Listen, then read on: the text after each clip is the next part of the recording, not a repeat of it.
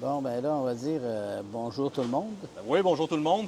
Aujourd'hui, je suis avec un pionnier de la Floride, Richard Clavet, propriétaire du motel Richard qu'on voit ici en arrière. Et on s'est rencontré, Richard, la semaine passée, et tu m'as conté beaucoup d'histoires qui étaient très intéressantes. Et moi qui vis en Floride depuis 2022, je fais des dossiers d'immigration, on met en place des projets. Et là, ben, je suis tombé curieux comment ça, quelqu'un comme toi, v'là 40 ans, qu'est-ce qui t'a poussé à l'époque à dire, moi je crée mon camp du Québec, puis tu fais un move qui est quand même, tu es un des pionniers possiblement ici en Floride comme Québécois. Euh, il y a beaucoup de choses qui se passent dans ma tête quand tu parles. Un des pionniers, c'est un peu un honneur que tu utilises ce terme-là. Sauf que la réalité, c'est quand je suis arrivé ici, il y avait déjà plein de Québécois. OK. Toute, toute une génération, il y en avait vraiment beaucoup. OK. Et puis, aujourd'hui, ils sont tous partis, ils sont tous retirés, sont plus là. OK. Puis là, ça me fait passer pour le pionnier. Le pionnier. Ben oui. Donc, dans le fond, je ne suis pas un pionnier. Il y en avait déjà beaucoup de Québécois par ici. Le Curtis, c'était un monsieur Nadeau qui était là.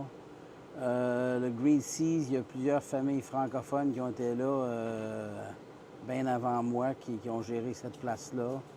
Il y avait des gens de la Beauce qui étaient propriétaires du New Kent. Le Beach and Town, c'était une dame Pierrette Tassé qui était là. Le Sunray au coin de Washington, de la US One, c'était une madame No de Québec qui était là. Sur Washington, en allant vers l'ouest, il y avait un petit motel qui était là. C'était monsieur, madame Yvon Lefebvre de OK. Québec aussi. Juste en face de eux, tu avais le Rio Motel.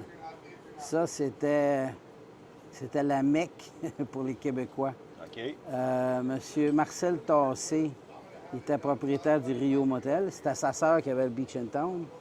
Mais Marcel, lui, il avait été ici pendant des années de temps.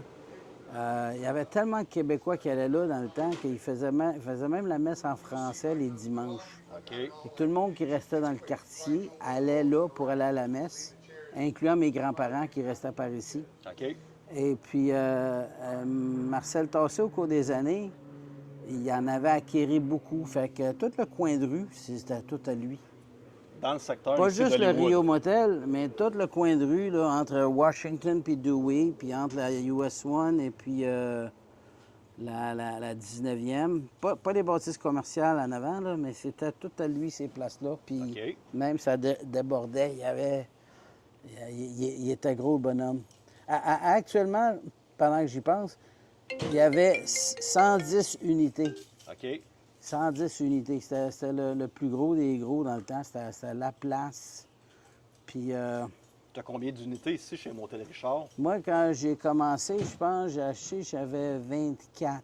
OK. Et puis au cours des années, mais je n'acquérais d'autres et d'autres et d'autres. Aujourd'hui, je dirais, je suis peut-être rendu à peu près à 250 unités. 250 unités. Oui. Mais je fais toujours pas la messe les dimanches. Non?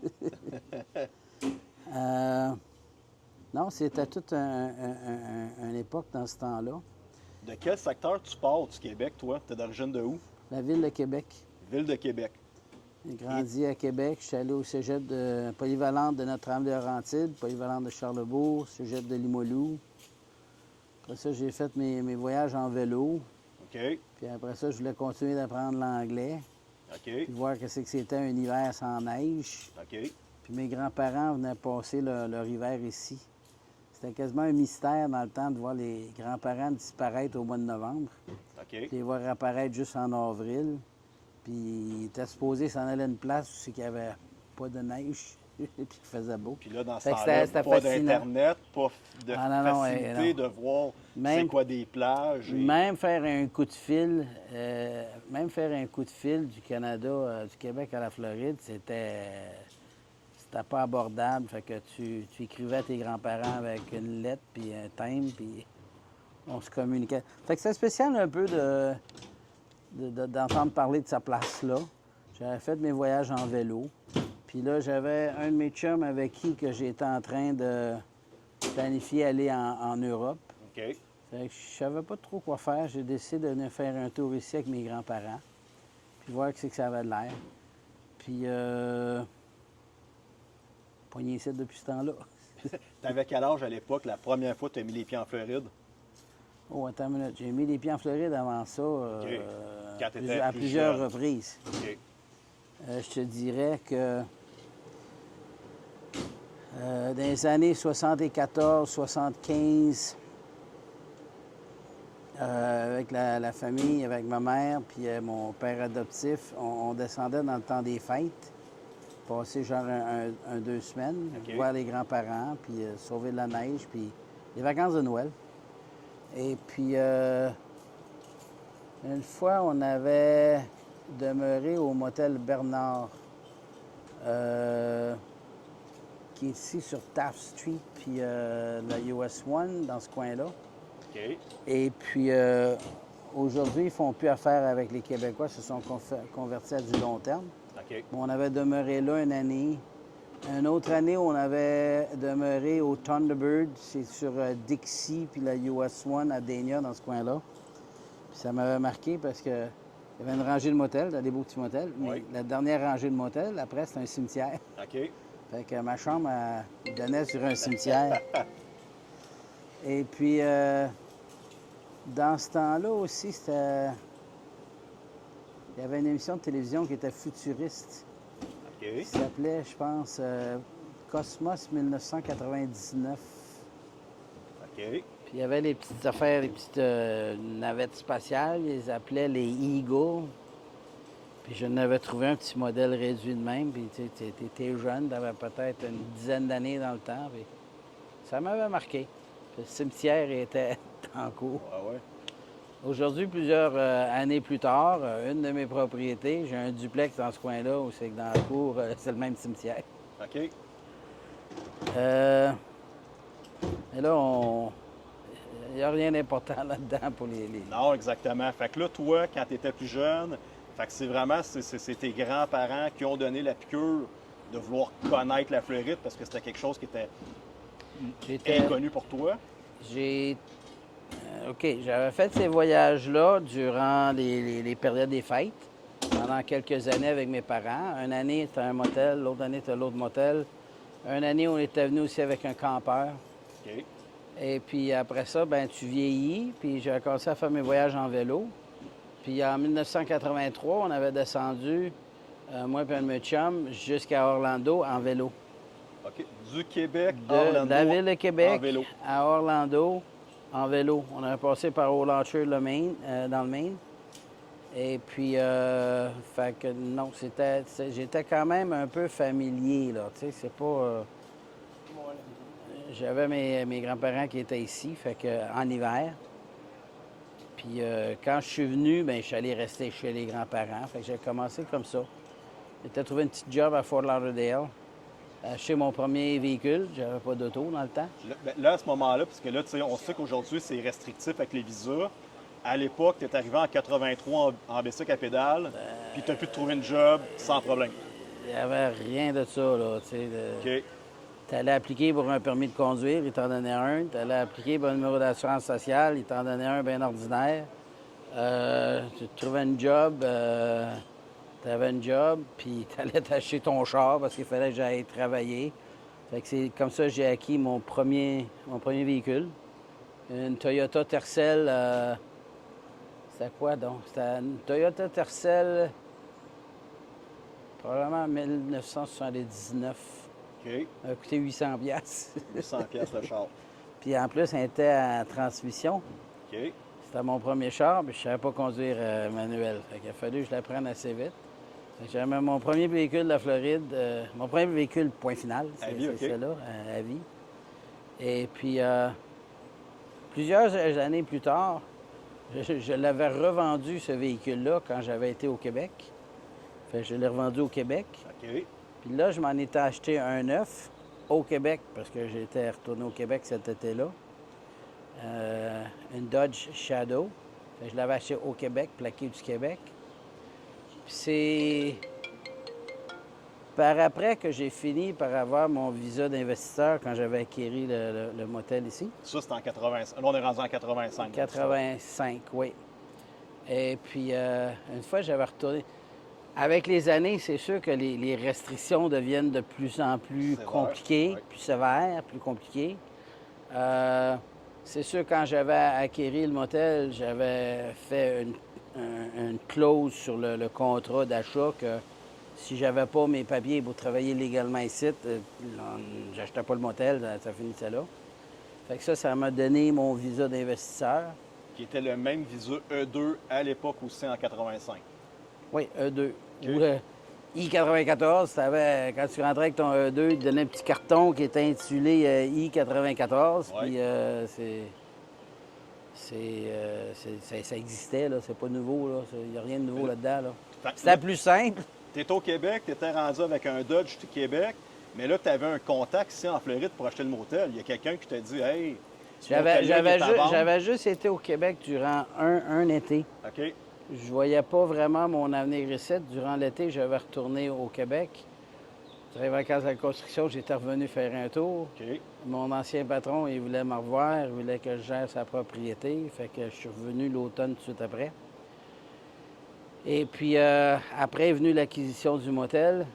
Puis, une fois l'acquisition du motel, il y avait toujours mon Dodge Shadow. Oui. Mais je suis tout le temps ici. Fait que je l'avais fait plaquer de la Floride. Puis, une fois, j'avais retourné au Québec avec. Quand je suis arrivé à la douane canadienne, là, c'est là que j'ai un problème avec le douanier. Il m'a dit, tu importes un véhicule. Je n'importe pas de véhicule. Première des choses, je m'en vais juste aller-retour à Québec voir la famille. Je n'importe pas de véhicule. Le douanier avait commencé à écrire son pad, puis il m'apprêtait à me donner une violation de je ne sais pas trop quoi. Éventuellement, j'ai fini par comprendre qu'il me donnait une violation pour ne pas avoir payé les taxes de vente sur le véhicule au Canada, puisque je suis Canadien. Là, je dis, attends une minute, toi, là. Il y a une plaque de la Floride, oui. Mais je l'ai acheté à Québec, ce véhicule-là, là.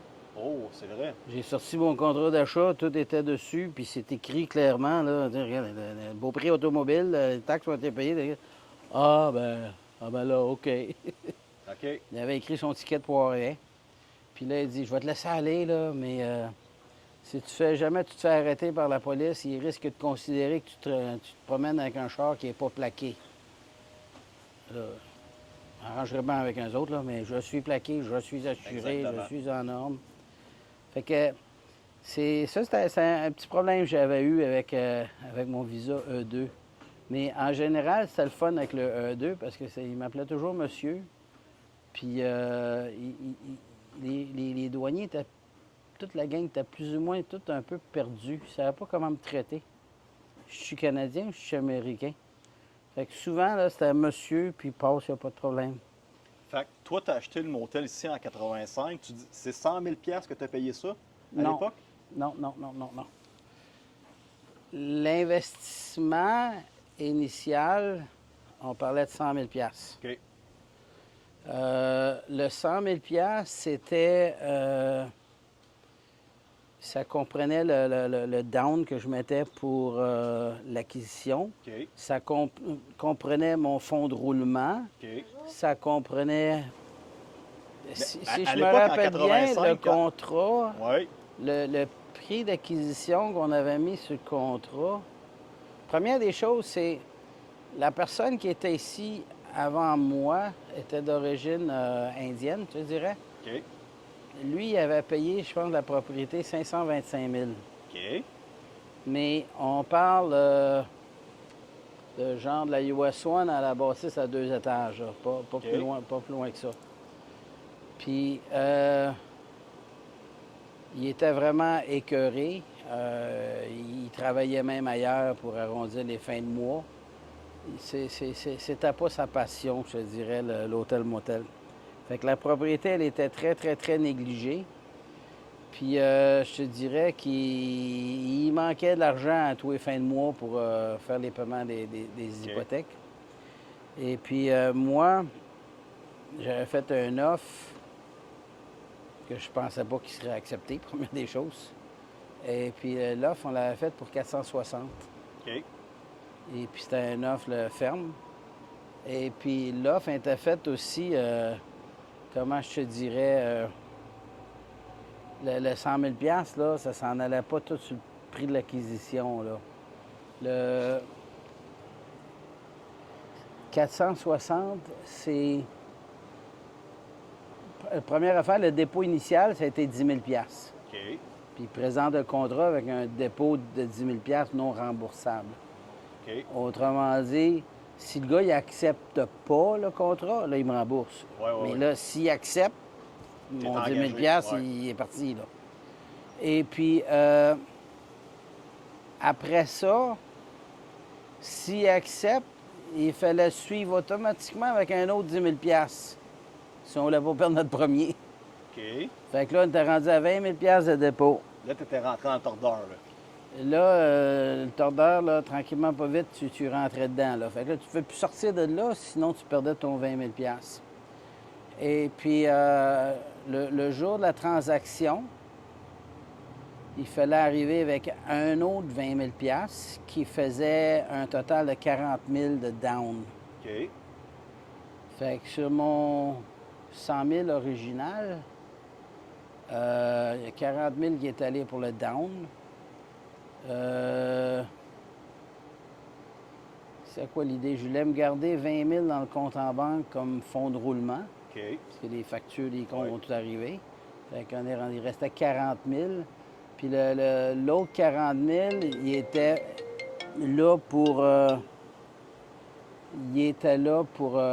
rénover puis embellir la place parce que ça faisait vraiment dur, on avait besoin.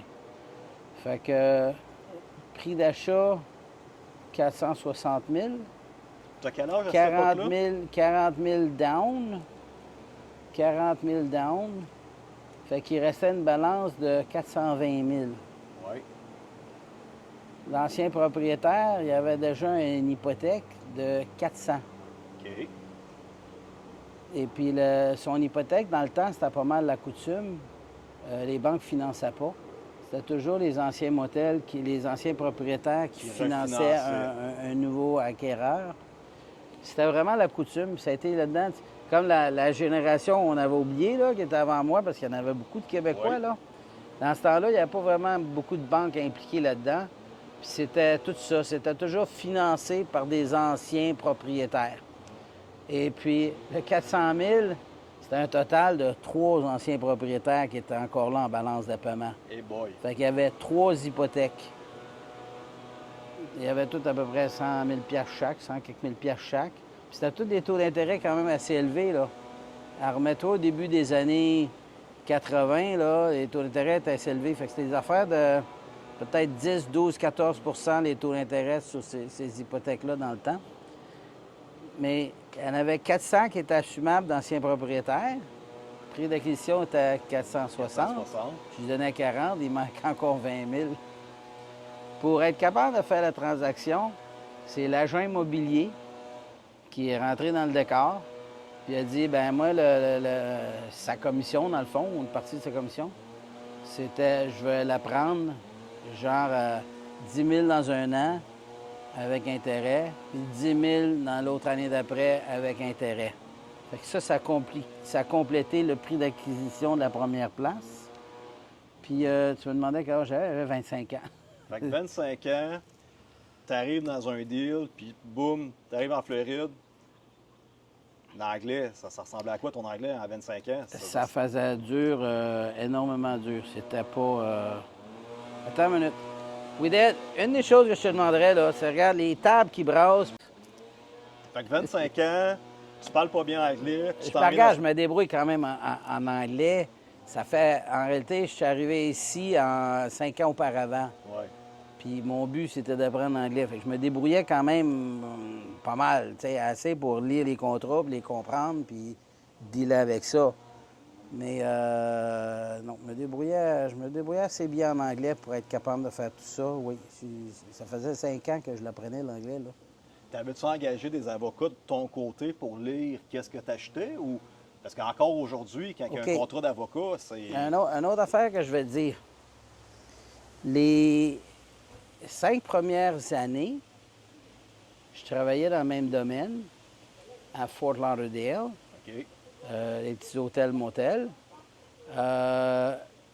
Où c'est que c'est les propriétaires, c'était des Indiens, OK. des Hindous Oui. d'origine indienne. Ils sont pas sont pas tous nécessairement de l'Inde, là. Ceux avec qui je faisais affaire, ils venaient d'Angleterre. OK. La femme, elle venait du Kentucky. Mais c'est toutes des grosses familles qui se tiennent ensemble. Je travaillais pour des hindous. OK. Et puis, avec des motels sur la US 1. Et puis, louer des chambres à la nuit, c'est comme ça que j'ai commencé. Bien, j'ai commencé avant, encore là. J'ai commencé. C'est une longue histoire. C'est mes parents, il y avait un ami de la Beauce. Il s'appelait Denis Turmel. Lui, il avait un motel à Fort Lauderdale avec un bar et une piscine. Puis je pense qu'il venait de passer à travers un divorce, quelque chose. Puis là, il avait tout vendu OK. à des hindous. Mais il avait gardé la gérance du bar. OK. Le bar s'appelait le Cheeky Bar. Fait que moi, quand je suis arrivé ici, j'ai rencontré Denis, commencé à travailler pour lui avec le bar. Nettoyer le bar, ouvrir le matin, s'assurer que la boisson soit en place, la glace soit là, s'assurer que tout soit correct.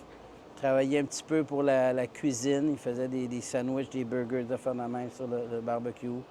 À la fin de la journée, c'était ramasser toutes les poubelles. Et les poubelles étaient sur le stationnement qui était partagé en commun avec l'hôtel. OK. Et puis à tous les jours, j'allais rencontrer les gens à l'office pour ramasser leurs poubelles. Puis un jour, ils m'ont offert de travailler derrière le comptoir du motel. Et puis, c'était un méchant gros défi pour moi dans ce temps-là, Ben oui. à cause de la langue. Puis je te dirais, j'ai fait la job longtemps. Et puis, bon, attends une minute, il y a toujours quelque chose qui me passe par la tête. Oui, Dad, juste louer des chambres, c'était... C'était stock.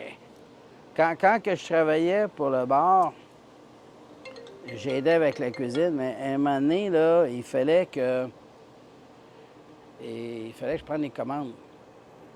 C'était stressant. En plus, on avait de temps en temps des clients qui venaient de l'Angleterre. Ah, Oh boy, eux autres, Impossible de avec comprendre. leur accent, là, j'avais de la misère.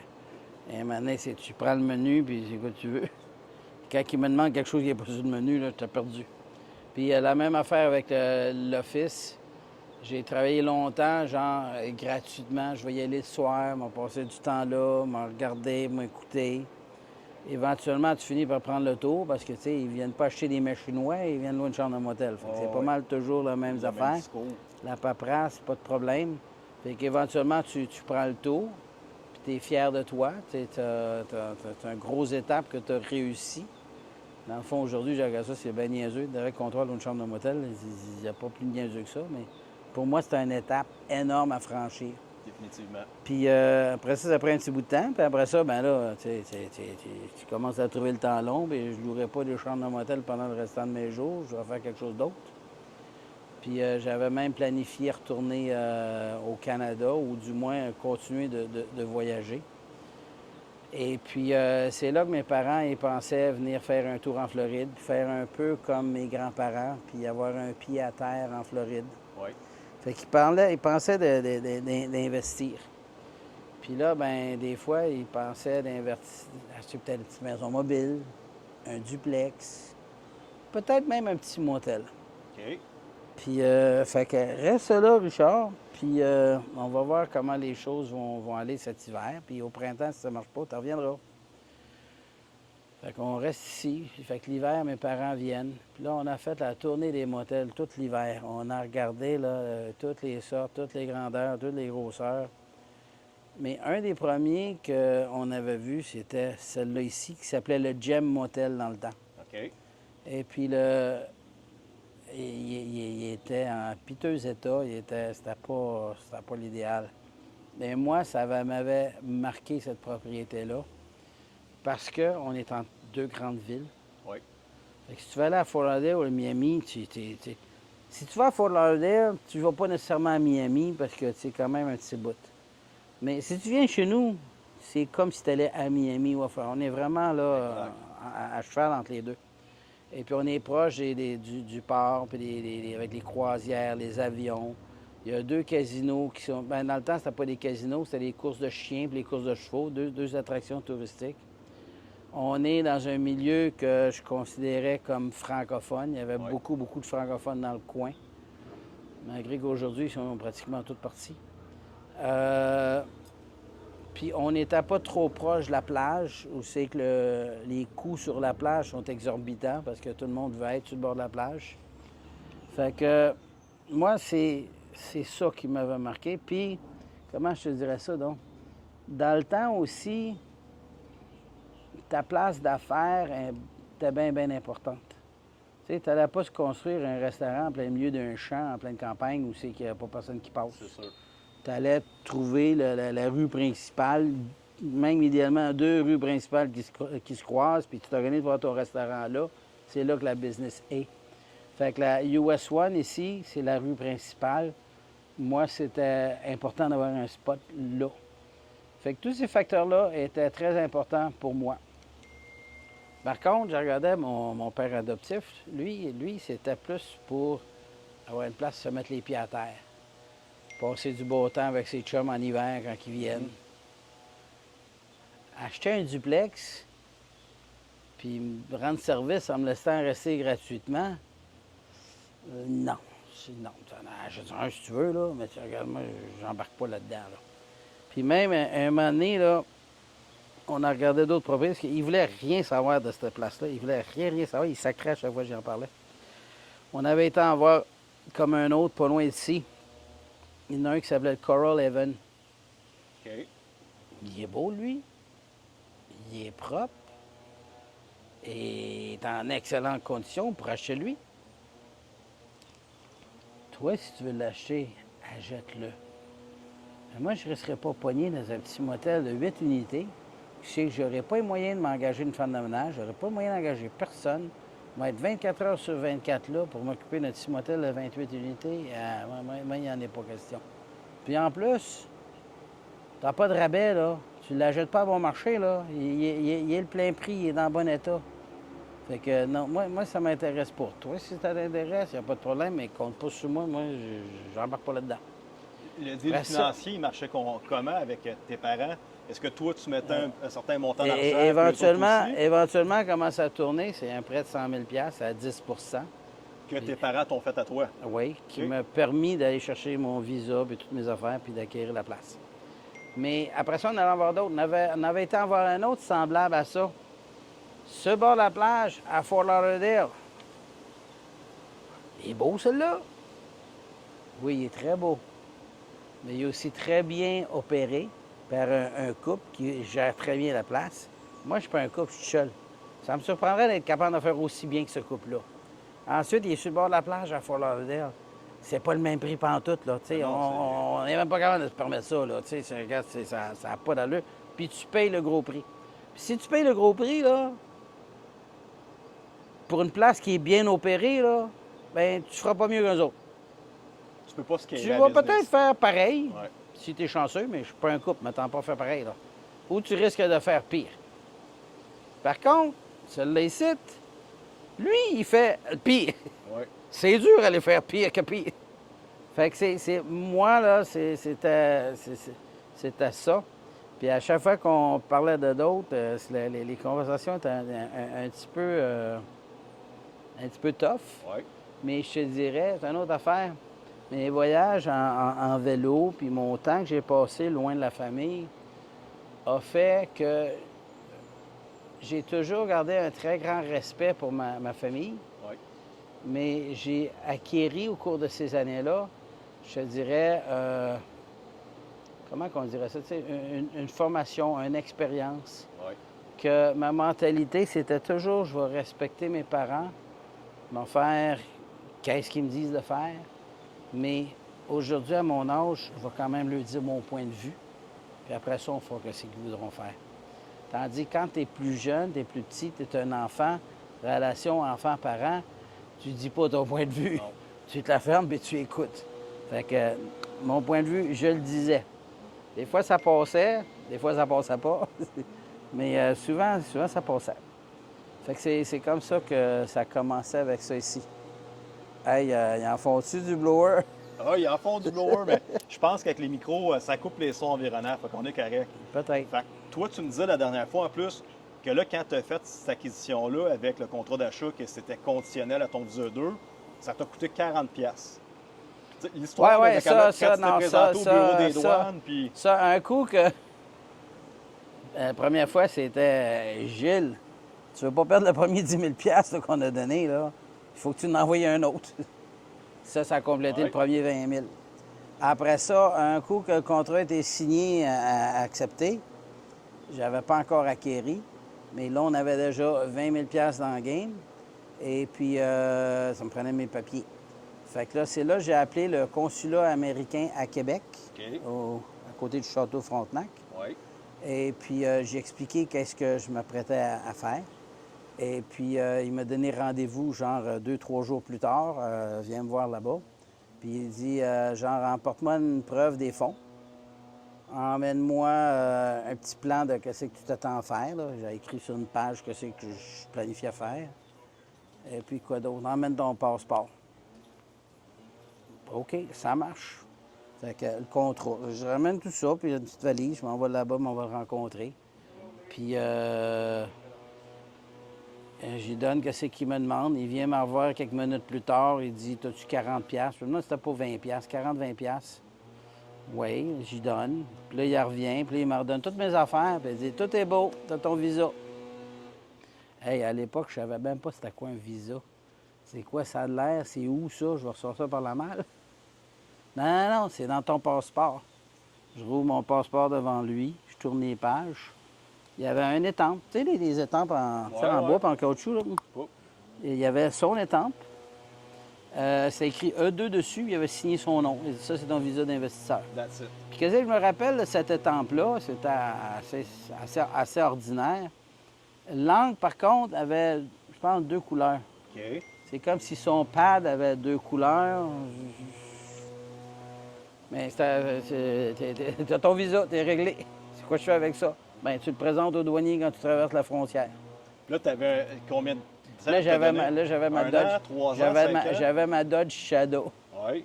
Et puis, quand je me suis présenté à la frontière avec ça, le douanier, tout de suite en partant, il dit, ah, t'es correct, tu passes, il n'y a pas de problème. Et puis, même dans ce temps-là, je me rappelle pas, on m'avait dit que j'avais besoin d'un I-94. OK. J'avais demandé au douanier, peux-tu me donner un I-94? Non, tu t'en demanderas à Miami, c'est correct, t'as pas besoin de ça. Non, peux-tu m'en donner un pareil? L'attitude des douaniers avait complètement changé. Et puis, ce visa-là, il me l'avait fait pour 1 an. OK. Et puis, c'est par après, j'ai entendu dire que la raison pour laquelle je l'ai eu pour 1 an, c'est que le motel n'avait pas encore été acquéri. OK. Et puis, j'ai renouvelé après 1 an. Ça a été suivi par 4 ans, OK. qui complétait, je pense, le 5 ans original qu'un visa de même a été mis pour. Après ça, j'ai continué de renouveler. Je pense que j'ai renouvelé 3 fois. Total de 15 ans. OK. Mais dans le dernier mandat, là, j'avais fini par me décider pour appliquer pour la résidence permanente, La green card. la green card. Après ça, on a eu les événements du 11 septembre, là, où c'est que tout s'est mis à capoter. Là. Oui. Fait que là, tu as appliqué ta résidence permanente, donc ton statut devient en suspens, en limbo, en suspens. Et puis, puisque tu es en suspens, mais là, tu ne peux plus voyager, il faut que tu attendes. Oui. Puis ça a retardé les affaires avec ces événements. ça, Fait que c'est ça a pris une éternité pour avoir vraiment la carte de résidence permanente. Puis, étant donné que j'avais la carte de résidence permanente par moi-même, Oui. c'est pas comme si je mariais quelqu'un pour les papiers, là. C'est ma propre business, c'est moi-même qui va la chercher. Je pense que quand tu l'as de cette façon-là, ça prend 5 ans avant de pouvoir appliquer ta citoyenneté. OK. Si j'aurais eu, selon les liens du mariage, quelque chose de même, il aurait fallu attendre 3 ans avant d'avoir la citoyenneté. Fait que c'est ça. Fait que tu as fait ton 5 ans, puis après ça, tu appliques pour la citoyenneté. Fait qu'aujourd'hui, ben j'ai un passeport américain, puis un passeport canadien aussi en même temps. Fait que maintenant, tu es citoyen américain. Est-ce que tu regrettes ton move après toutes ces années-là? Non, pas du tout. Ça veut pas dire, par contre, je recommanderais aux gens de faire la même affaire. Oui. Comment je te dirais ça, donc? J'étais relativement jeune quand je suis arrivé ici. Je ne laissais pas vraiment tomber. Tu sais, c'est pas comme si j'avais des enfants, j'étais marié, puis là, je séparais les enfants du milieu, de ceux qui ont vécu. Tu sais, j'étais tout seul, là. Oui. Pas de femme, pas d'enfant, un peu de parenté au Québec. Fait que tout au cours des années, j'ai plusieurs personnes, des fois, qui venaient me voir et disaient « Hey, t'es donc bien chanceux, toi, d'être ici. » Puis, que ça me tenterait de faire le move. Fais attention. Tu ne veux pas sortir des enfants d'une école dans une dizaine d'années, te lancer à l'aventure dans une business, tu sais que tu vas peut-être réussir ou tu ne réussiras pas. Dans un climat où c'est que tu t'entendras peut-être pas avec la mentalité du monde local ou les lois locales. C'est pas un move qui est facile à faire. Moi, je te dirais que j'avais le bon temps, j'étais jeune, pas d'attache, c'était le bon temps pour le faire. Ma recommandation était plus à mes amis. Oui. Tu as une bonne job, tu es heureux, ta famille, tu sais, OK, c'est toujours peut-être plus beau ailleurs, mais travaille fort, viens passer tes vacances ici. Aie du beau temps en hiver, puis décrise peut-être pas toute ta vie pour un rêve qui est peut-être pas toujours aussi vert, aussi beau que ça peut peut-être le paraître. Pas pour rien qu'il y a des milliers de personnes qui, tout simplement, viennent passer leur retraite ici en hiver, puis qui retournent au Québec. Ils profitent du meilleur des deux mondes. Fait que la décision de tout laisser tomber, puis s'en venir ici, c'est une décision à bien réfléchir, à bien peser. Oui. C'est juste si tu es au Québec, puis des fois, c'est démoralisant que toute ta paye passe en impôts. Oui. Ou en service ou n'importe quoi. En réalité, tu travailles toujours pour les autres. C'est pas une société qui va encourager beaucoup à l'initiative, au développement, puis même à la prospérité personnelle. Mais il y a beaucoup de choses qui changent d'un bord à l'autre. C'est plusieurs choses à prendre en considération qui fait que c'est peut-être pas nécessairement pour tout le monde de faire ce genre de move-là. Faut que tu aies des couilles de béton. On se le cachera pas. Pas nécessairement avoir des couilles de béton, non. Pense, réfléchis. Je sais pas. Regarde, si tu es un docteur, puis même s'il monte ta paye à 500 000 par année, et il te la ramasse tout en impôts ou en taxes ou quand tu la dépenses, des fois, tu vas dire, je suis peut-être mieux d'en faire juste 200 aux États-Unis. Mais au moins, toute la paye me reste dans mes poches. Oui. Fait que il faut que tu réfléchisses à ça profondément. Puis c'est pas juste l'argent. Si tu es un docteur, tu décides d'aller vivre aux États-Unis parce que la paye est plus intéressante. C'est tes enfants que tu vas sortir de leur milieu aussi. C'est sûr qu'on peut dire que les enfants, ils s'adaptent vite. Oui. Mais c'est quand même pas facile sur les enfants, sur la famille. Si tu as une femme, ta femme, ses parents, il y a beaucoup à mettre en jeu. en Oui, jeu. c'est un changement. Regarde, on va dire une autre affaire que le monde ne se réalise pas. On est des Québécois, OK? On est les meilleurs au hockey. C'est notre sport national. Ouais, plus On devrait en manger des coupes Stanley. On devrait en avoir une collection. C'est pas logique que je pense, c'est quoi, durant les 7 dernières années, je pense, il y a 5 coupes Stanley qui ont été gagnées en Floride. Il est où le problème? Moi, c'est simple.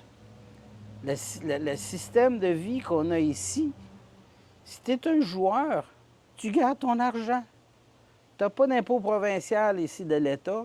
Tu n'en as pas. Tu as juste l'impôt fédéral. Fait que déjà ça, tu sauves énormément. Tu sauves sur tout, sur ton style de vie, ton linge de verre, tes pneus, quelqu'un qui te dit qu'il faut que tu changes à une telle date. Regarde, Il y a une raison. Puis c'est pas juste le hockey. C'est pas normal que la Floride soit les meilleurs au hockey. C'est Exactement. vraiment pas normal. Il y a un problème. C'est l'environnement qui Je dirais. permet aux gens de mieux réussir avec dirais. le taux d'imposition, le mindset et tout ce qui vient englober le tout. OK? Fait que la Floride, le système de taxation, le style de vie, les lois, je ne dirais pas qu'il y a un problème que la Coupe Stanley appartient à la Floride depuis les 7 dernières années pratiquement. Le problème n'est pas là. Le problème est pourquoi il n'y a plus gagné au Québec si on en mange du hockey? C'est quoi qui se passe au Québec ou qui se passe pas? C'est quoi qui se passe en Floride ou qui se passe ici qui fait que la Floride, c'est là que la Coupe Stanley est allée? Puis c'est pas juste pour le hockey, c'est pour beaucoup de sports professionnels. C'est que la structure de l'État de la Floride, elle est faite en sorte que si tu as de l'argent, tu la gardes. Ouais. Tu vois, tu en gardes la grosse majorité. Tandis qu'ailleurs, si tu fais de l'argent, Chris, il faut te saigner, il faut tout te l'enlever. Puis tu es un esti dégueurant si tu en as. Tu sais, il faut que tu partages avec tout le monde. Exact. Mais là, il vient un moment donné, là, que vous voulez tellement partager avec tout le monde que le moindrement que le gars il a une pièce dans ses poches, il sac son camp, il va se faire enlever. Ah, ben c'est ça. Puis là, c'est ça qu'on voit 2025-2026. Les entrepreneurs quittent massivement le Québec parce que c'est financièrement plus soutenable. Les gouvernements sont trop, ils en prennent trop. Puis ils rajoutent des taxes sur ta plaque d'immatriculation. Là, les villes, maintenant, peuvent taxer aussi ton immatriculation. Fait que tu te fais taxer 2 fois sur ta plaque de char. Si Ça finit tu plus. veux avoir des idées là-dessus, Ouais. demande à des Québécois, ils vont trouver des moyens de taxer, puis de retaxer, puis taxe sur la taxe, puis ils sont bien bons là-dessus. Ouais. Puis en passant, là, si jamais je me présente à une élection au Québec, là, moi t'en promettre bien des affaires. Ah oui, puis ils vont tous gober ça. Si on revient au motel Richard, là, tu es rendu avec 250 unités. Tu fais le motel traditionnel que les gens peuvent dormir 1 nuit, 3 nuits. Tu fais du moyen terme, puis tu fais du long terme, si je ne me trompe pas. Là, tu changes de sujet. Oui, bien là, on... Ça me passionne tellement qu'est-ce qu'on est en train de parler. Regarde, si tous les sports professionnels attirent les meilleurs joueurs, les meilleures équipes, puis la Floride est gagnante, puis pas vraiment gagnante ordinaire, elle est vraiment gagnante sur tous les sports professionnels, Oui, c'est bien sûr c'est la même affaire que le milieu des affaires. c'est pareil. Si au Québec, ça me fait de la peine de dire ça, là, mais si au Québec, là, on est rendus des moins que rien au hockey, Oui. ou non, on ne devrait pas dire ça quand même. Il y a quand même des Oh, il y a bons des joueurs de bons hockey. joueurs, C'est des bons juste qu'il y en a joueurs, qui ont compris qu'il fallait qu'ils viennent aux États-Unis pour garder leur paye. Mais c'est le même principe aussi avec les entreprises. Ça me fait de la peine de voir que le Québec, où c'est que j'ai grandi, le Québec, où c'est que j'ai connu, fin des années 70, début des années 80, la ville de Montréal, c'était la plus grande ville au pays. C'était le port d'entrée en Amérique, aux États-Unis. Toutes les entreprises, tout était là. Aujourd'hui, on a tout fait partir, on a tout laissé partir, puis on s'en calisse et partent. Pas grave, ça va faire un petit peu plus de monde sur le BS. On va se tenir debout, puis on va continuer de demander des salaires très, très élevés, puis regarder les compagnies s'en aller. Tu peux pas dicter aux compagnies qu'est-ce qu'ils vont faire. Tu peux le faciliter, la job, parce que, il y en a une compagnie récemment qui a transféré aux États-Unis. Il y en a beaucoup qui blâment Trump.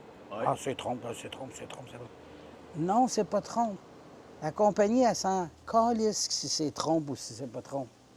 La compagnie veut faire de l'argent.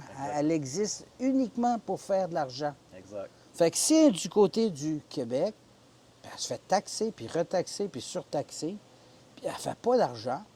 Si elle réalise que l'autre bord de la frontière, peu importe si c'est Trump ou n'importe qui d'autre, si elle réalise qu'elle est capable d'être plus profitable là, elle n'a pas de cœur, cette compagnie-là. Elle pack ses affaires, elle s'en va là. Exactement. Le cœur, ça me fait mal au cœur de voir qu'il y a des gens qui perdent leur job, puis qu'il y a une tendance qui va vers ça. Mais le problème, c'est pas Trump. Le problème, c'est qu'au Québec, on n'est pas capable de garder nos compagnies profitables puis leur donner un environnement où c'est qu'ils ne seront pas saignés en taxes et en réglementation. Puis on a de la misère à les garder. On a beau faire ce qu'on veut faire, mais ultimement, c'est l'argent qui parle. C'est pas Trump, c'est l'argent qui parle. Ah, c'est ça. Il n'y a pas seulement les taxes, mais il y a le système de contrôle comme la MAPAC, le monde qui sont en construction, ils se font faire des inspections sans arrêt. Fait que l'inspecteur, il arrive là, il donne une amende de 5 000 $. Fait que le monde essaie de gagner leur vie, ils payent de l'impôt, puis là, tu as des fonctionnaires qui viennent faire des inspections surprises, puis là, ils se font taxer encore plus là-dessus. C'est invivable. Je vais te dire que c'est complètement stupide que la Floride remporte toutes les Coupes Stanley. Ouais. Avec les gens, les Québécois, les entrepreneurs québécois, le savoir-faire québécois, les richesses, les matières premières qu'on a au Québec, c'est complètement fucké que vous manquiez de logement. Il y a un problème à quelque part. Ouais. C'est pas normal que vous manquiez de logement. Quand j'étais jeune, là, je me rappelle la maison devant de chez nous, dans le temps de 3 jours, il y avait coulé le ciment, monté les murs, toc, toc, toc, toc, toc, toc. Aujourd'hui, je pense que ça va prendre 2 ans avant d'avoir les permis de la construire. Ouais. Je pense qu'aujourd'hui, tu as plus que la moitié du prix de la maison. Il passe juste à paperasse pour la construire sur papier, puis l'autorisation d'un tel, puis l'approbation d'un tel. C'est complètement illogique. Une pénurie de logement. Je comprends pas ça. Ben, c'est les gouvernements qui contrôlent ça. Ils Ben, veulent tenir le monde. C'est ces mêmes gouvernements-là qui ont créé le problème. Mais c'est ces mêmes gouvernements-là aujourd'hui qui te promettent de prendre encore plus de millions de dollars pour solutionner le problème. Exactement. Non, c'est eux qui l'ont créé le problème. Ah ouais. Puis c'est eux qui vont le faire encore pire. Ah, ils se maintiennent dans le bas, puis on dirait qu'ils essaient juste de créer des jobs, puis ils font semblant, puis ils vont faire un comité d'évaluation que ça va coûter 200 000 $300 000 pour arriver à une solution stupide, puis... C'est pas normal qu'il y ait une pénurie de logements au Québec avec le savoir-faire, puis toutes les richesses, toutes les matières premières. C'est absolument aucun... Fait que ça me fait mal au cœur de voir cette débandade du Québec depuis les Olympiques, on dirait. Tu sais, l'Expo 67, les Ouais. Olympiques, les grands barrages. Ça, c'était genre une période de gloire où c'est que l'argent roulait au Québec. Les gens, dans ce temps-là, régulièrement changeaient leur voiture à tous les ans ou à tous les 2 ans. C'est sur le déclin depuis ce temps-là. Puis on réalise pas, je pense, que les gens qui sont au pouvoir depuis ce temps-là, peu importe si c'est les libéraux, le Parti québécois ou la CAQ, n'importe quoi, on dirait qu'ils font tout pour caler encore plus le bateau. Et puis c'est triste, mais c'est ça. Peut-être un jour, ça va prendre quelqu'un là-bas qui fasse un ménage. Tes locataires ici qui te louent, tous les Québécois, est-ce qu'ils te demandent si la TV marche avec LCN, s'ils sont capables d'écouter TVA Nouvelles? Ça fait 35 ans que je suis ici. Les mœurs changent. Dans le temps, voir la TV en français, c'était spécial, pas à peu près. OK. Je pense que ça prenait une antenne de satellite d'à peu près, je sais pas, 12 pieds On avait ça d'installer derrière le fils. C'était vraiment énorme pour capter les canaux de télévision. Puis ça coûtait relativement cher. Il y avait plusieurs motels dans le temps qui investissaient dans l'équipement pour l'avoir. Après ça, ben ça évolue. Tu t'es ramassé avec toutes des petites antennes paraboliques. Ouais. Les grosses antennes ont toutes disparu. Puis là, il y a quelques années, je ne sais pas trop ce qui s'est passé, mais toutes les antennes paraboliques, c'est comme s'il avait réaligné le satellite. OK. Puis que toutes les petites antennes paraboliques, ça ne marche plus. Puis je te dirais que l'époque où c'est que la région était pleine de Québécois tout partout, je ne dirais pas que ça n'existe plus, mais c'est rendu très restreint. C'est pas comme avant. Avant, tu avais beaucoup de motels qui parlaient français. Puis ceux qui parlaient français, pas français, ils mettaient une pancarte qui disait « Parlons français ». OK. Et puis... Mais t'expliques ça comment, le retrait massif de Québécois en Floride, le coût de la vie au Québec? Parce qu'on s'entend que depuis la COVID, au Québec, là, les gens ont recommencé à immigrer massivement vers la Floride principalement. Mais avant la COVID, le Québec, pour tout le monde, était « Ah, on est dans le meilleur pays au monde, puis tout va bien ici. » Puis, fait qu'il y a une période quand même, si tu me dis... OK, cette période-là, quand on était... Pourquoi ils ont disparu? Cette période-là, quand on était les meilleurs au monde, il y avait des folies qui commençaient, je te dirais. Euh, Avant que j'arrive, avant que je commence ici avec le motel, c'était plein de Québécois qui venaient ici. Mais je te dirais que c'était plein, puis il y en avait beaucoup qui arrivaient au mois de novembre, puis ils te payaient 6 mois à l'avance. Boum, il m'a resté 6 mois, je te paye tout de suite. Pouf, 6 mois. Fait que le Québécois, il y avait du Il y cash. en avait beaucoup de monde demain. Il y avait beaucoup de Québécois qui avaient du cash qui arrivaient ici. C'était incroyable. En plus, dans le temps, tu n'avais pas besoin de passeport. Tu n'avais pas besoin de. Tu traversais la frontière, tu t'en venais ici, ça finissait là. Puis, pas juste ça. Si tu tombais malade, l'assurance maladie du Québec s'occupait de ta facture, même ici en Floride. Et boy, ça, c'est intéressant. Bien, ça n'a pas été intéressant longtemps. Quand ils ont vu que le service était de meilleure qualité ici, mais un petit peu plus cher, ça n'a pas pris de temps que l'assurance maladie du Québec a dit on ne couvre pas la différence. OK. Et puis, éventuellement, aujourd'hui, je pense qu'ils ne couvrent pas rien pantoute de ce qui se passe aux États-Unis. Fait que là, tout le monde est obligé de s'acheter des assurances. Ouais. Ça n'existait pas, ça, avant. Là, aujourd'hui, le monde s'achète des assurances. Ils payent des prix de fou en assurance. Ça, c'est un autre gimmick, hein? Ils payent des prix de fou en assurance. Puis l'assurance, la première chose qu'ils font, c'est qu'ils te mettent dans l'avion, puis ils donnent un coup de pied dans le cul, puis ils te retournent au Québec. Va voir la régie d'assurance santé au Québec. Fait qu'ils payent rien. Ils payent juste un voyage en avion. Ouais. C'est triste à dire. Ça aussi, ça fait mal au cœur parce que souvent, tu vas voir des Québécois qui ont des problèmes de cœur ou de pression, peu importe. C'est pas une bonne idée de les mettre dans un avion dans l'air avec les changements de pression quand ils sont malades. Toi, en 35 ans, Fallait soigner ici, à l'hôpital ici. Mais la compagnie d'assurance ne veut pas payer la facture pour ici. Exact. Ils préfèrent payer le billet d'avion. Puis le Québécois, il est tellement content, il se fait rapatrier, il retourne chez eux dans sa langue, tout ça, puis il retourne là-bas, il est content, il est heureux, puis il sent pas il sa remercie famille, les héros qui l'ont retourné là-bas. Ouais, C'est pas des héros, ils se débarrassent de toi. il se débarrasse du Si mille. ça serait des héros, là, ils t'enverraient ici dans les meilleurs hôpitaux avec les meilleurs docteurs, les meilleurs traitements, puis ils te feraient soigner. Mais ils veulent pas payer la facture, ils préfèrent payer le taxi. En 35 ans, toi, tu vas en avoir des snowbirds qui sont tombés malades durant leur séjour. Non, j'en ai qui sont tombés malades, j'en ai qui sont tombés morts, j'en ai de toutes les sortes. Ça pas toujours rose. Non, non, exactement. Ben là, les gens, tu sais, c'est pas tous des gens en bonne santé ou des jeunes qui voyagent. Tantôt, tu parlais justement avec une cliente, je pense, elle va envoyer son père en voyage, puis j'ai entendu quoi, il a 93 ans, tu te 93 poses des ans. questions, là. T'es sûr que tu veux pas le garder? T'es sûr que tu veux pas le garder? T'es sûr que tu veux pas le garder? Fait que, Mais ouais, non, oui, regarde, encore, avec toutes les affaires là, qui se passent ces temps-ci avec la phobie à propos de Trump, puis on va aller ailleurs, la réalité, là, c'est que si tu es un snowbird, il n'y a pas meilleure place qu'ici.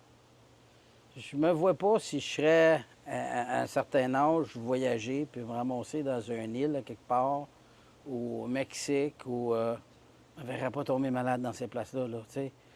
Et si tu as un accident de moto en République, là, j'espère que les bras vont te replacer correct à la bonne place.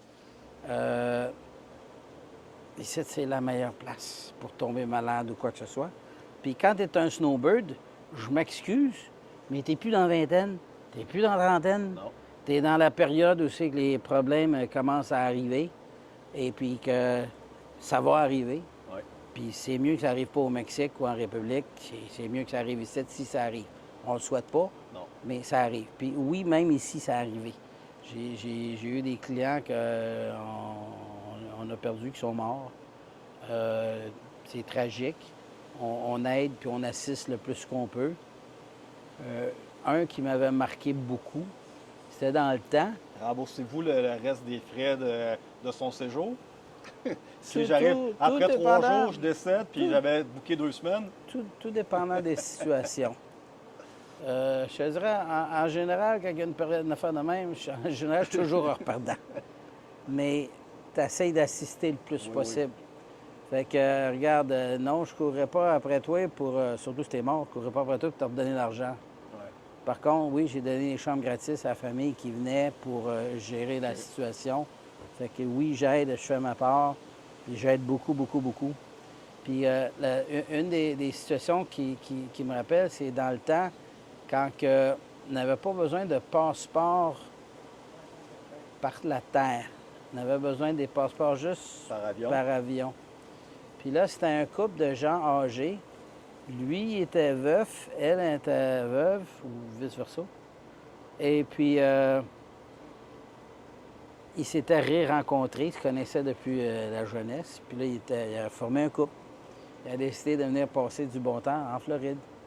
Fait que le petit vieux, la petite vieille, ben ils embarquent dans le véhicule, puis ils s'en viennent en Floride, ça vient de rester chez nous. Ils nous louent un beau petit condo. Et puis, je présume que le monsieur il a eu un malaise cardiaque, quelque chose. L'ambulance est venue le ramasser, il est parti avec, puis il est mort soit à l'hôpital ou en route. Il est mort. Et la dame avait peut-être 80 ans, je sais pas, elle était assez âgée. Puis tu sais, c'est la génération dans le temps, c'est que la femme n'était pas aussi indépendante que les femmes d'aujourd'hui. Oui, oui, oui. Donc, elle n'a jamais conduit un char. Hi. Donc, elle n'a pas de permis de conduire. Encore moins un passeport. Hi. Là, elle est ici, puis Avec l'auto. elle vient de perdre son conjoint avec l'auto. T'as pas drôle, là, pour la madame, là? Fait que oui, on a fait venir des membres de la famille pour l'aider. Éventuellement, le véhicule, toutes les affaires personnelles ont été mises dans le véhicule. Une compagnie qui a été rappelée pour rapatrier le véhicule au Canada, qui était le char de monsieur.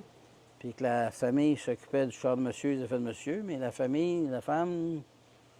Fait que la femme, elle, là, il fallait qu'elle retourne par avion. Hey boy. Eh boy. Fait que là, on a contacté le consulat canadien de Miami. Ils ont fait des recherches sur elle. Nous, on était obligés de faire des photos, faire certifier ces photos. Avec le consulat, ils ont fait sortir tous les documents du Québec. Et éventuellement, ils ont émis un passeport temporaire d'une journée. Puis le passeport a été fait par le consulat canadien. Puis c'est pas un petit livret, là. C'était une page blanche avec ses photos qu'on avait fait faire, brochées, signées, tampées, tout le kit. Puis c'était un passeport qui donnait le droit de traverser une journée, cette Dans journée-là. l'avion. Fait qu'on a été la reconduire à l'avion, la pousser là, dans la petite chaise roulante là, jusqu'au gate de sécurité. D'habitude, ils ne te laissent pas passer plus loin avec les... Et là, oui, je suis allé plus loin encore pour aller jusqu'à temps qu'elle rentre dans l'avion. Puis elle était toute contente, éventuellement retourner là-bas, puis tout s'est bien terminé. Mais c'est l'âge des snowbirds. Exactement. Fait que chez Richard Pense-y Motel, deux sont fois bien quand tu t'en traités. vas au Mexique. Oui. Pense-y deux fois quand tu t'en vas en République ou au Cuba. Il faut pas, tu devrais peut-être pas en parler, là, c'est vraiment pas une place où aller. Non, Cuba. Puis, je te dis pas que c'est pas beau, le Mexique.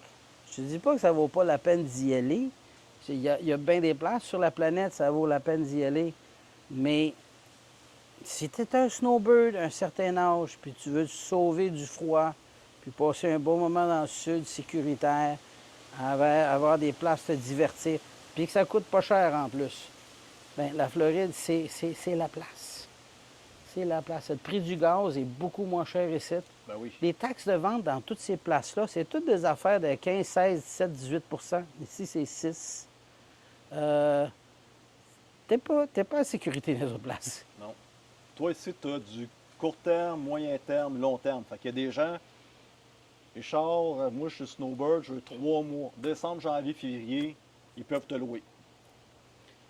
Oui, les snowbirds. Les Les snowbirds. snowbirds québécois. Les snowbirds québécois. Fait que Tandis qu'est-ce qu'on que disait la dernière fois, tu le- veux pas être pris avec l'Américain qui carpente plus. Non, là. l'Américain, lui, en tout cas, regarde, commençons par le fait que au cours des années, j'en ai acquéri d'autres propriétés. J'ai continué de me dévouer énormément aux Canadiens français, aux Québécois. C'est mon cœur, ma passion, c'est là. Fait qu'on a acquéri beaucoup d'autres places où c'est qu'on accueille les Québécois là-bas. Mais j'ai aussi acquéri des places où c'est qu'on loue à l'année. Et puis là, les places à l'année, bien là, il n'y a pas de Québécois qui va là, c'est des Américains. Oui. Tu signes un bail, ils payent à tous les mois ou même à tous les semaines, mais à l'année. Et puis, je te dirais que présentement, là, en 2026, je te dirais peut-être la moitié de nos unités, c'est des places à l'année. Puis l'autre moitié, c'est les propriétés qu'on annonce, que les gens voient un peu partout, qui sont du court terme. Le court terme, on va louer à la journée, à la semaine ou même au mois quand c'est des Québécois.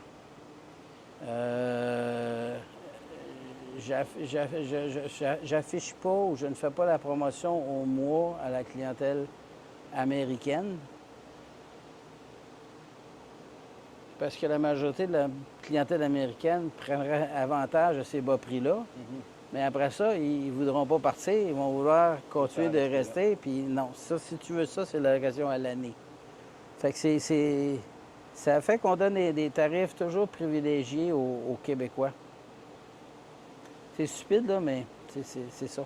Quand tu arrives le mois de novembre, tout l'été, tu as des Américains. On les loue à la journée ou à la semaine. Tu arrives le mois de novembre, les Québécois arrivent. Regarde mes résultats, les revenus tombent. Pourquoi? Parce que les Québécois, on le fait tous des prix pas chers au mois.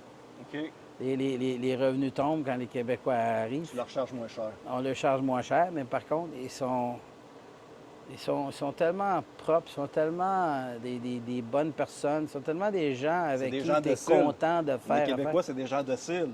C'est pour ça que les gouvernements abusent. Oui, peut-être, docile, oui, non, tu peux dire ça. Mais regarde, puis moi, de l'autre côté, au mois de novembre, ça me fait tellement plaisir de les voir revenir année en année, même s'ils ne payent pas cher. Ça nous donne la motivation pour remettre tout propre et prêt pour la saison qui s'en vient. Après ça, tu as une autre petite gang qui arrive pour le temps des fêtes. Là, c'est des gens qui viennent pour des courts séjours, les Québécois en général, quelques jours, quelques semaines. Là, les prix montent plus haut, mais les places sont prêtes avec ceux qui sont venus un peu avant, qui ne payaient pas cher, mais au moins, ça veut dire, tu peux pas toutes les préparer le 20 décembre pour toute non, pas la quantité qu'on a. Puis après ça, bien, tout se maintient propre et en bonne condition. On fait nos événements dans le parc, tout le kit, jusqu'en général, jusqu'à vers la fin d'avril. Après ça, l'été recommence.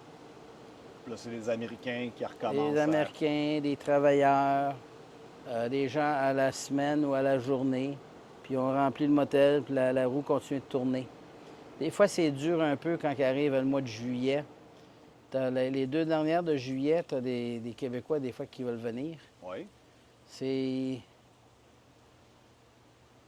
pas facile pour nous autres d'accueillir des Québécois en juillet. Première des choses, quand ils arrivent ici, ils chialent tout qu'il fait trop chaud.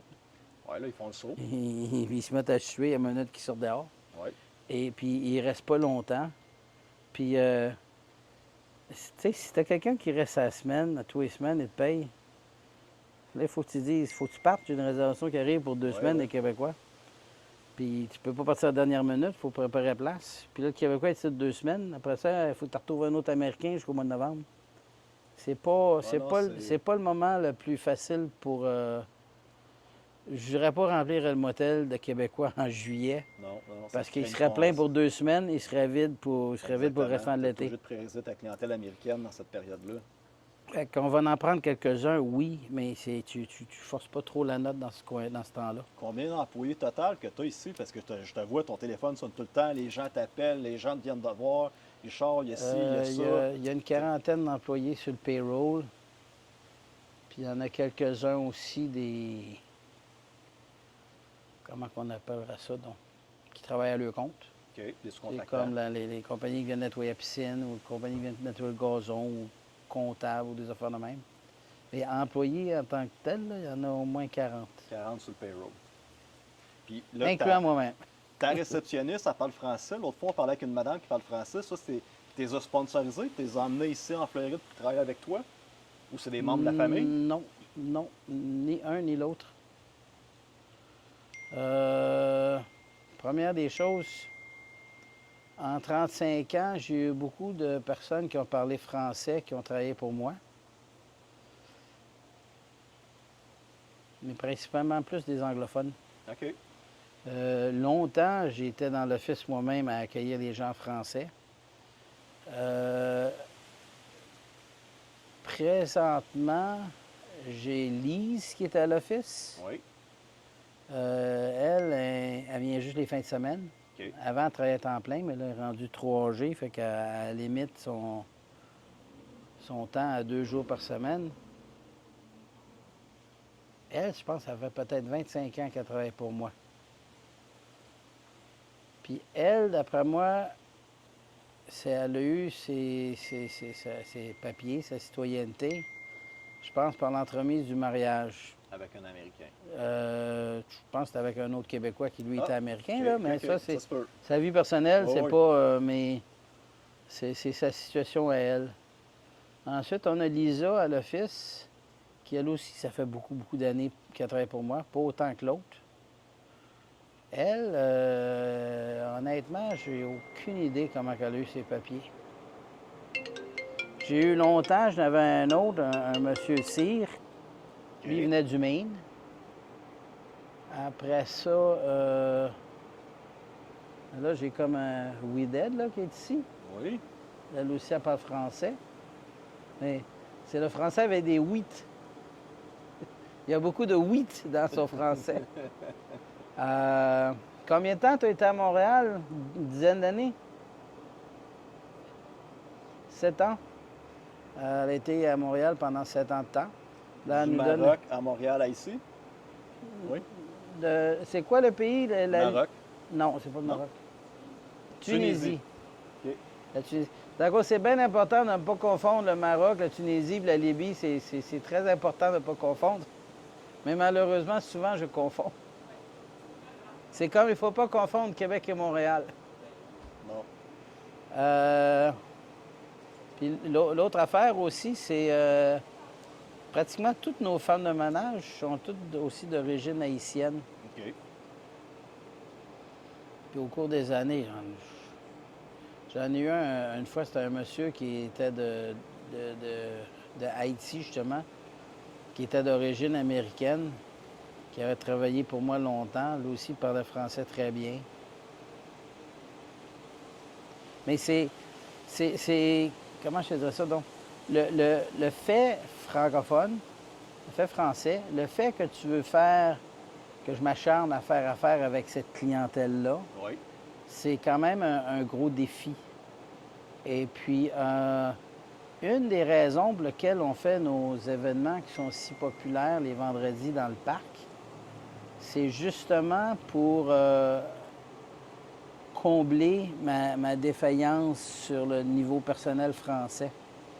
Fait que quand tu ramasses tout ici dans le parc, puis qu'ils s'entrevoient, Oui. bien, ils s'auto-informent. Hey, je suis allé voir telle affaire, on a visité telle chose. Les gens s'auto-informent. Fait que qu'est-ce qui me manque avec l'office, avec le personnel francophone? Moi, ça n'en va plus, là. Malgré qu'il y a toujours quelqu'un là dans le jour. Pas dans le soir, mais dans le jour. Et puis, le fait qu'on ait une réunion ici, puis que les gens font du social ensemble, ça comble le fait que je manque un peu avec le personnel français. Mais c'est comme ça. Ensuite de ça, l'idée m'était venue une fois dans un terrain de camping. Tu rentres dans un terrain de camping, puis souvent, l'office est fermé. OK. Puis là, tu vas voir quelques roulottes un peu plus loin, ça dit ambassadeur. Fait que quand que le camping est fermé, tu vas voir l'ambassadeur. L'ambassadeur, c'est un client du camping qui reste là, qui demeure sur place, Qui donne qui l'information. va te parquer là, puis demain matin, tu iras voir les gens à l'office. Ou si tu as un problème, un pépin, il n'y a pas personne là, ben regarde, va donc, tu peux aller faire réparer ton char là, ça fait de même. Fait que ce rôle d'ambassadeur-là, ça avait cliqué dans ma tête. Fait qu'on a des Québécois qui viennent passer l'hiver ici, dans chacune de nos propriétés, qui jouent un peu ce rôle-là d'ambassadeur. OK. Fait que si tu as un problème avec la langue, n'importe quoi, 24 heures sur 24, tu as toujours un ambassadeur des alentours qui va te référer à moi ou va aider avec la traduction avec le personnel ou qui est toujours là à rendre service. Puis ton OK. deal avec ces personnes-là, ils ont comme une journée gratuite de leur chambre par semaine ou c'est juste à l'amiable, ils sont contents d'offrir cette aide-là? C'est vraiment à l'amiable. OK. Puis c'est plus genre, je veux pas devoir travailler ici, Ouais. mais je veux te voir être là, jaser avec le monde, parler. Mais si comme je te dirais, comme Paula, la gérante. Ouais. Elle ne parle pas français. Non. Lucia, ma gérante là-bas, ne parle pas français. Mais si elle a des problèmes, vous allez voir vos ambassadeurs, puis elle va expliquer, puis là, la gérante va faire sa job ou la femme de ménage va faire sa job. OK. Parce que la langue, c'est tellement... La barrière de la langue, c'est tellement important. Tu me demandais tantôt une question en ce qui concerne un peu le déclin.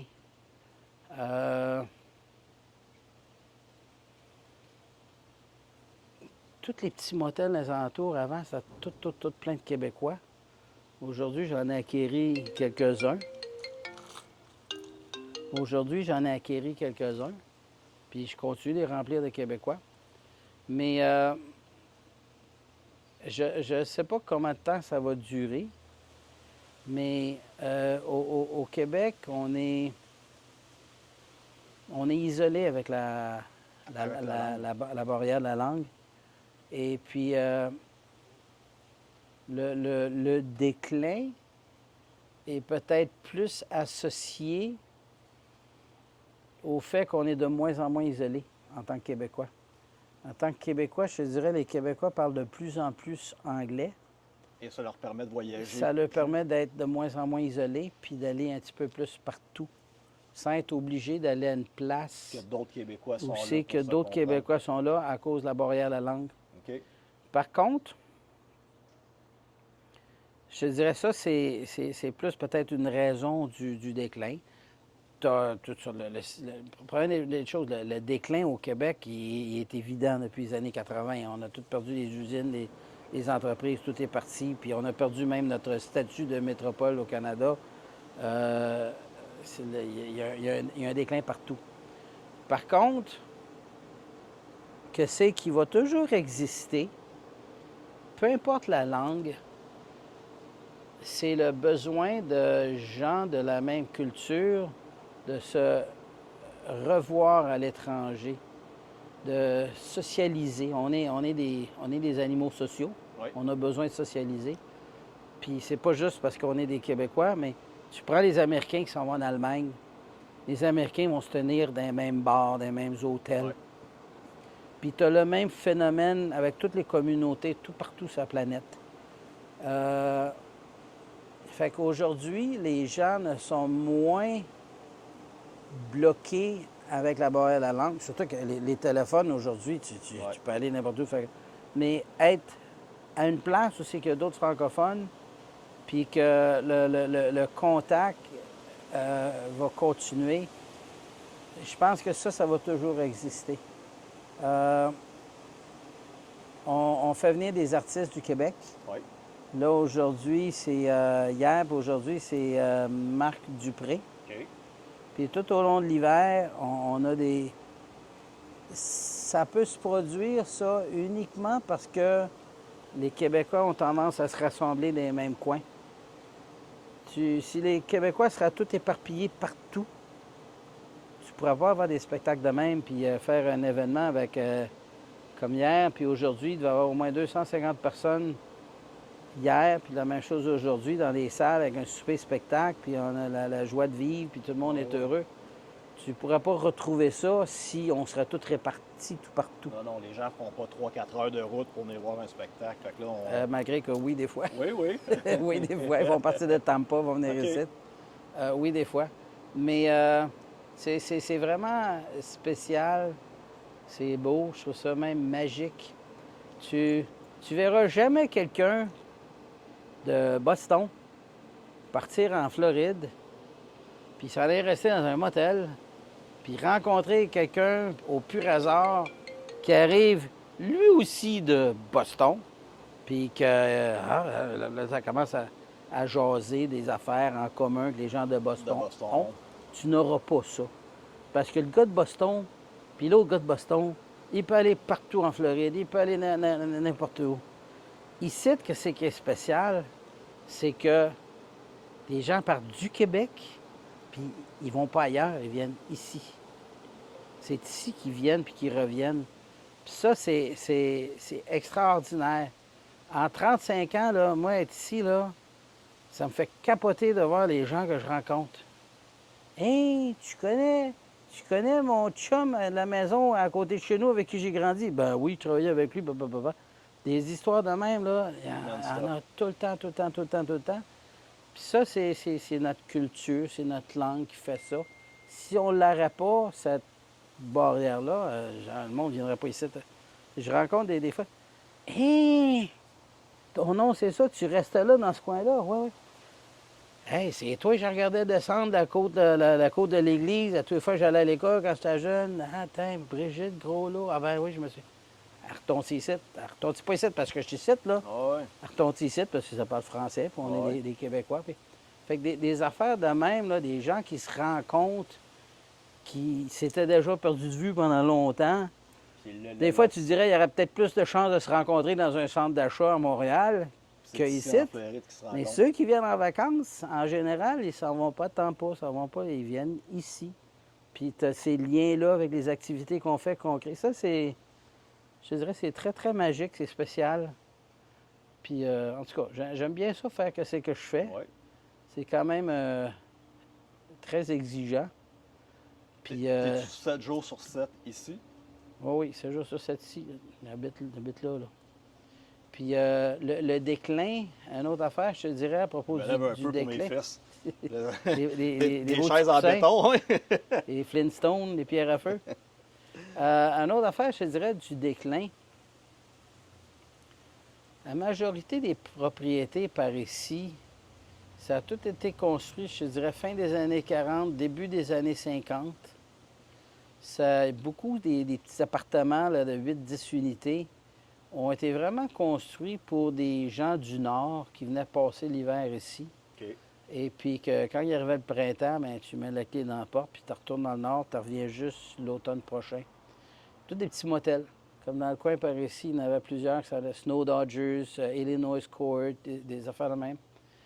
Et puis, au cours des années, toutes ces places-là, ils ont toutes viré à la location à l'année. OK. À l'année.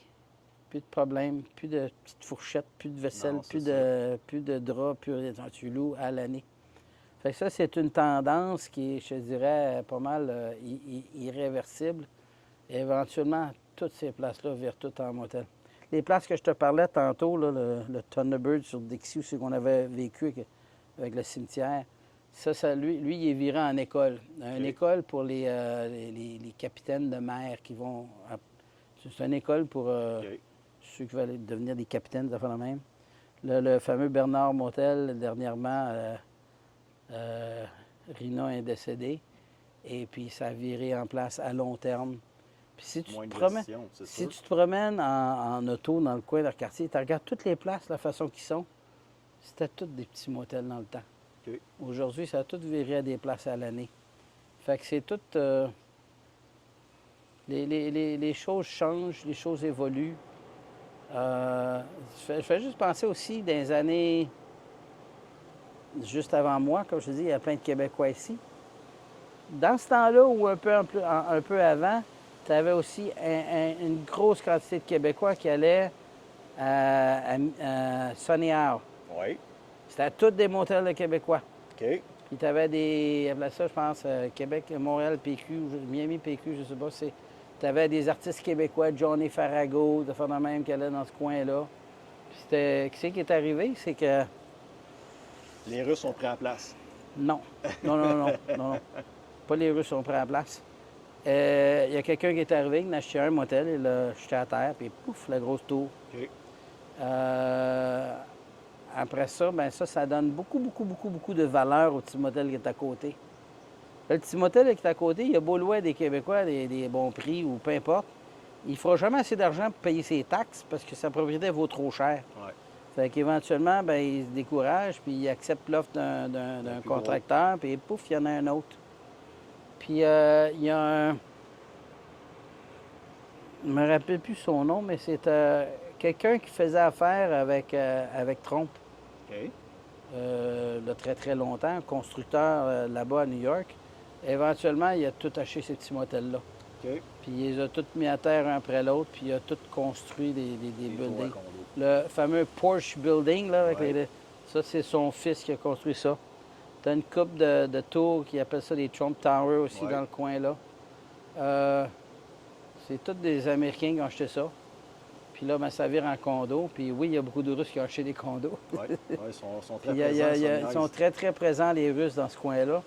Mais c'est pas eux autres qui ont développé et construit, c'est pas eux autres. Puis là, en parlant de trompe, avec ma dernière question, c'est l'effet trompe sur une business comme toi qui vise les snowbirds l'hiver 2025-2026. Est-ce que tu vois une incidence concrète? Définitivement, oui, oui, oui. Je dirais qu'il faut travailler beaucoup plus fort pour convaincre les gens que dans le fond, il ne se passe rien. Tout est beau, tout est sécuritaire.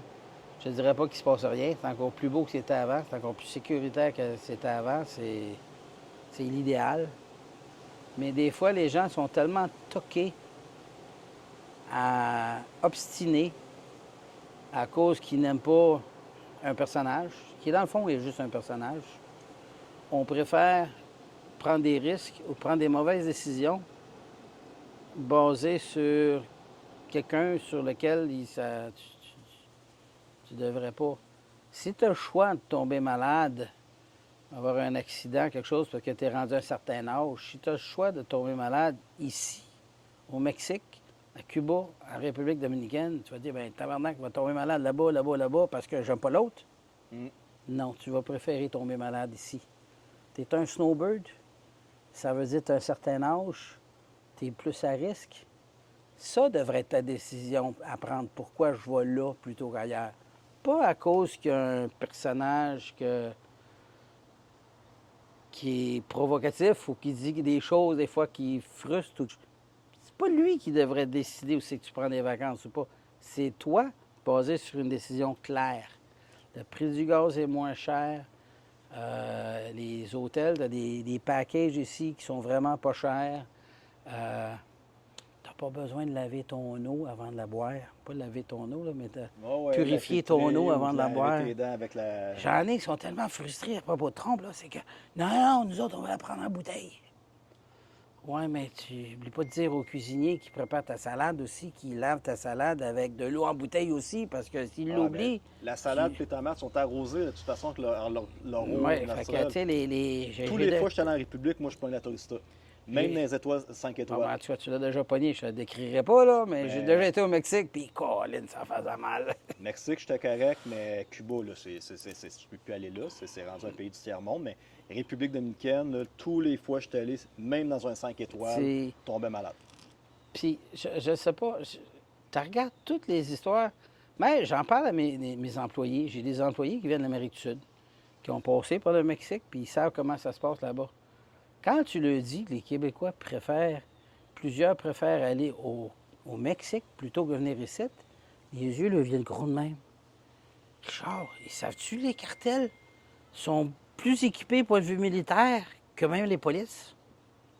Non, ils ne savent pas ça, ils savent pas. Ils savent vraiment pas. Ils savent vraiment pas que s'ils vont là en auto, qu'ils ne sortent pas en mauvaise sortie parce qu'ils vont passer un mauvais quart d'heure. Ouais. Ils savent pas qu'ils vont peut-être se faire mettre un petit peu de petite poudre en arrière dans le moteur, n'importe quoi, puis ils vont peut-être perdre le char, se faire saisir. Ils savent pas que s'ils vont dans une ville, ne tourne pas à gauche au lieu de tourner à droite parce que tu vas passer un mauvais quart d'heure. Et puis, tu regardes même les nouvelles, tu vois, il y en a des accidents qui se passent avec des Canadiens dans des places de même. Ici, c'est tellement plus sécuritaire. Ben non, on n'aime pas le personnage. Ben là, le personnage, je sais pas. Puis souvent, le fameux personnage, s'il se mettrait à porter attention à ce qu'il dit, peut-être qu'il verrait un petit peu de logique. Je sais pas, moi, là, dans le temps, là, il n'y en avait pratiquement pas de frontières. Puis je regarde ce qui se passe en Europe. Il n'y en a plus de frontières. Non. Pourquoi qu'on se casse la tête à mettre ça de plus en plus compliqué, les frontières? En Europe, c'était un Christi de bordel avec les taux de change. Des francs français, des francs suisses, des lires italiennes, des marques allemandes. Hey, ils ont tous simplifié ça. On va tous appeler ça l'euro. Ça serait simple ici aussi, régler ça, juste une monnaie. Ah, je pense que ça s'en vient. Je ne sais pas si ça s'en vient ou si on avance ou si on recule, mais la logique est là, mais on oublie la logique. J'aime mieux aller à une place, tu sais que je vais peut-être tomber malade, plutôt que d'aller à une place d'un clown. Ouais. Un clown, il viendrait pas te dire bonjour dans ta chambre de motel. Moi, j'aimerais ça. Moi, j'aimerais Ouais, ça, ouais, mais... personnellement, moi aussi, j'aimerais ça. Là. mais si tu me dis que Trump, il vient faire un vendredi soir ici, je suis là, c'est sûr. Ça me surprendrait bien gros, bien gros, bien gros.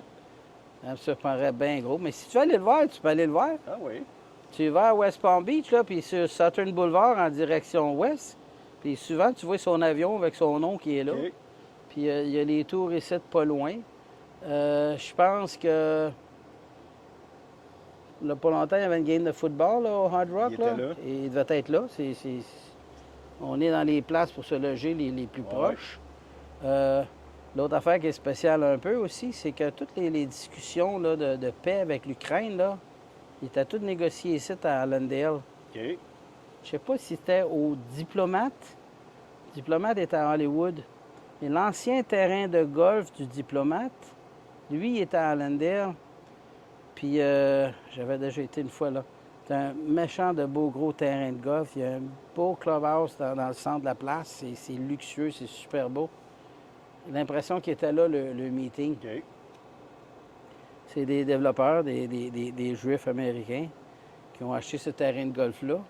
Puis ils ont commencé à construire des tours à logement aux extrémités.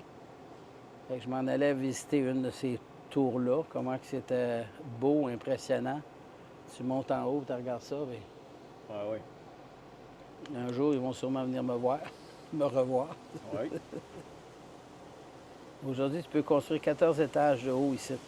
Ah oui, OK. Fait que Fait toi, tu as de la place à amélioration. Ça veut dire que là, avec les nouveaux permis de la ville, quelqu'un qui t'achèterait, peut tout augmenter en hauteur. Ça ne veut pas dire quelqu'un qui m'achèterait, mais je sais pas, ça dépend, je dirais que ça dépend de mon stage mental. OK. T'es, comment je dis, tout sur le bord de la plage, dans Sonière, c'est tout disparu, toutes les grosses tours sont arrivées là, puis les choses changent. Puis t'as pas le choix. C'est comme si tu étais en train de cultiver des carottes en plein centre-ville de New York. Tu fais des bonnes carottes, puis tu es un bon producteur de carottes, mais ça reste que tu es en plein centre-ville de New York. Puis aujourd'hui, la ville autorise 100 étages qui vont être construits sur tes places que tu fais des carottes. Hey, il faut que tu t'y vendes cher tes carottes pour être capable de payer tes taxes.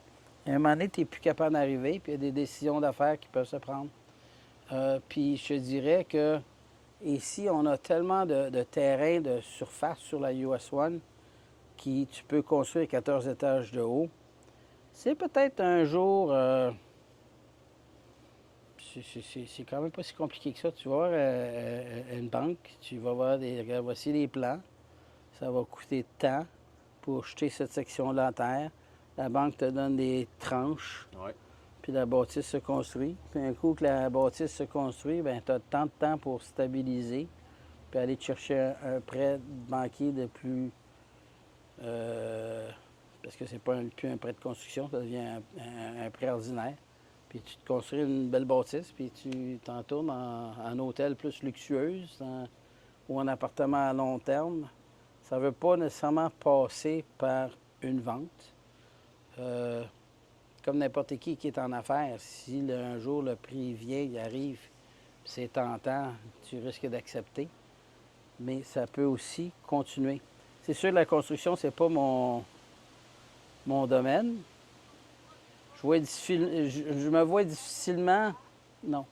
Je me vois facilement avec un bel hôtel flambant neuf sur un bloc, comme exemple le Green-Seas puis l'hôtel. Ça serait beau. Ce serait super beau, tu sais, l'élévateur, un beau lobby, tout kit. Mais le problème, c'est que un coup cette bâtisse-là a été construite, un coup que la banque m'a prêté... construire ça, je sais pas. Mettons un coup de la banque me prête 40 millions. La bâtisse est construite. Là, il faut rentabiliser ça. Oui. Est-ce que je vais être capable de remplir ça de Québécois qui ne payent pas cher? Non. Ils vont changer complètement la clientèle. Fait que ça, là, tu vas virer avec un bel hôtel qui va appartenir à Richard, un Québécois. Ou c'est que Richard va vouloir continuer de faire affaire avec un Québécois.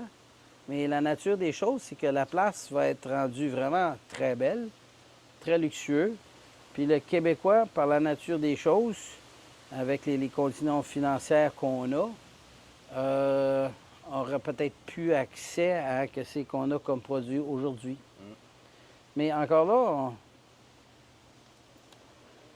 je sais pas, j'ai pas l'intention de prendre ma retraite demain matin. Puis des places, on en a quand même beaucoup. Bonjour. Allô? Gros manteau d'hiver. J'ai dit de pas faire ça. Ça paraît mal.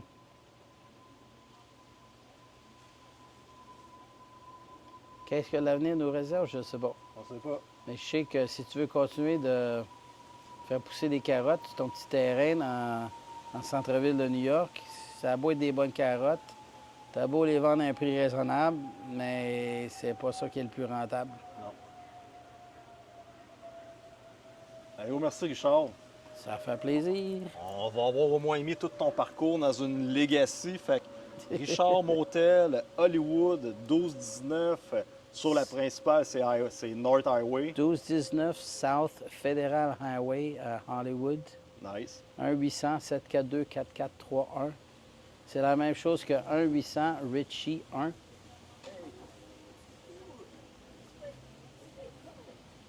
You're looking for something? 133. Keep on going. Almost there.